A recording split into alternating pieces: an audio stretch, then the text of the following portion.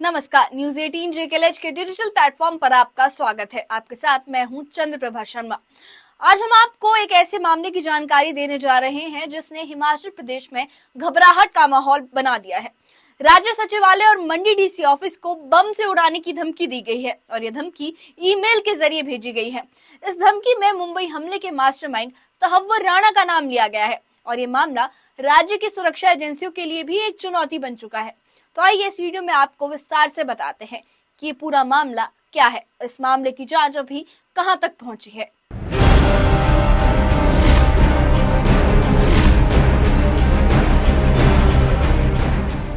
सबसे पहले आपको बताते हैं शिमला स्थित राज्य सचिवालय को मिली धमकी के बारे में।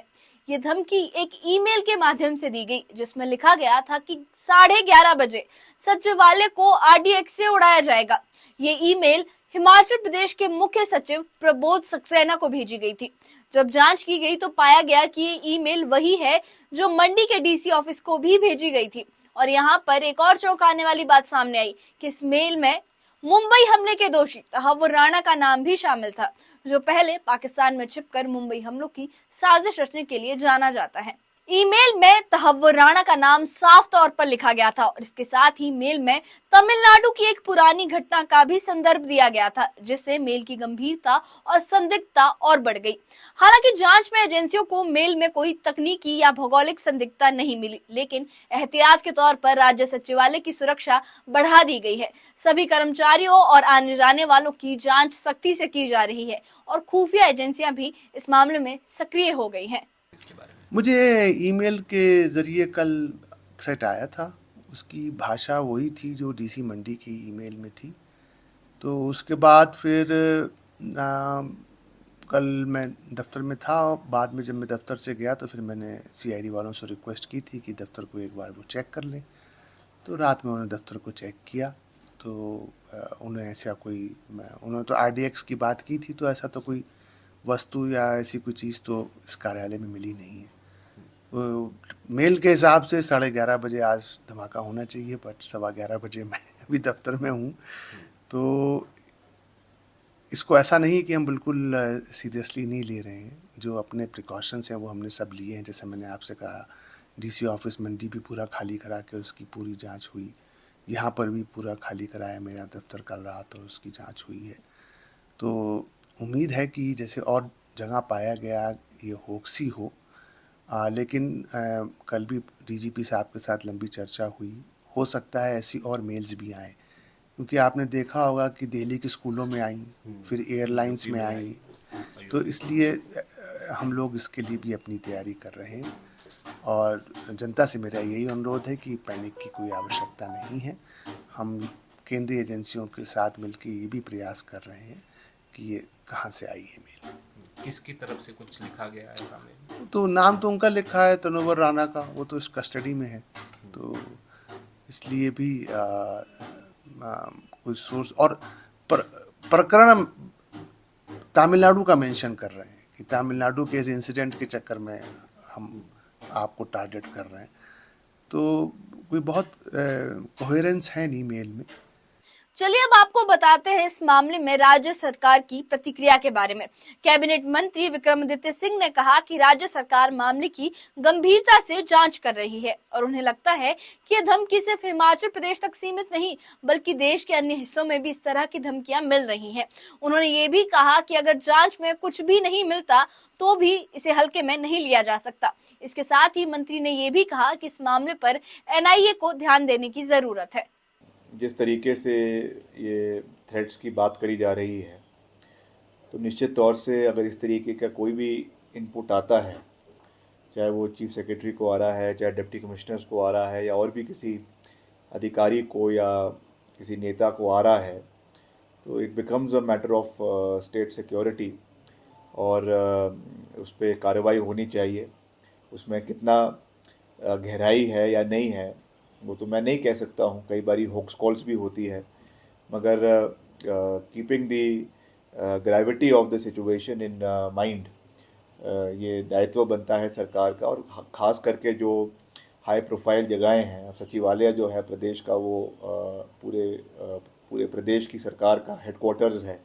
तो यहाँ पे इस तरीके की धमकी देना, तो उसके ऊपर जो है पूरे तरीके से सरकार इन्वेस्टिगेशन कर रही है और निश्चित तौर से उसमें आने वाले समय में ये चीज़ें निकल कर आएगी। मगर ये बहुत और जगहों पे भी आया है, जैसे अयोध्या में श्री राम मंदिर में भी इस तरीके की बात निकल कर आई है, या और जगहों पर भी आई है। तो कहीं ना कहीं जो है जो ये ताकतें हैं, हो सकता है ये ध्यान आकर्षित या डाइवर्ट करने के लिए इस तरीके की चीज़ें कर रही हैं। तो उसके बारे में तो जो हमारी नेशनल इन्वेस्टिगेटिंग एजेंसीज़ है, पर्टिकुलरली जो टेरर को देखती है, NIA है, नेशनल इन्वेस्टिगेटिंग एजेंसी, उनको इसके ऊपर जो है कार्रवाई करनी चाहिए।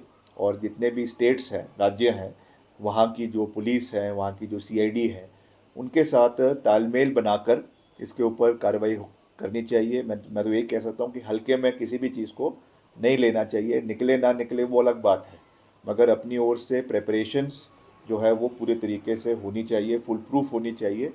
विक्रमादित्य सिंह ने बताया कि राज्य सरकार अपने स्तर पर पूरी तरह से जांच कर रही है। वहीं हिमाचल प्रदेश पुलिस ने केंद्रीय एजेंसियों से भी मदद मांगी है ताकि इस धमकी के पीछे की सच्चाई का पता लगाया जा सके।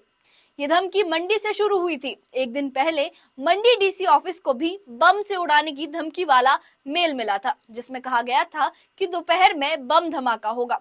इस मेल के मिलते ही पुलिस ने त्वरित कार्रवाई करते हुए DC ऑफिस को खाली करवा लिया। इसके बाद SP ऑफिस और कोर्ट कॉम्प्लेक्स को भी सुरक्षा कारणों से खाली करवा लिया गया।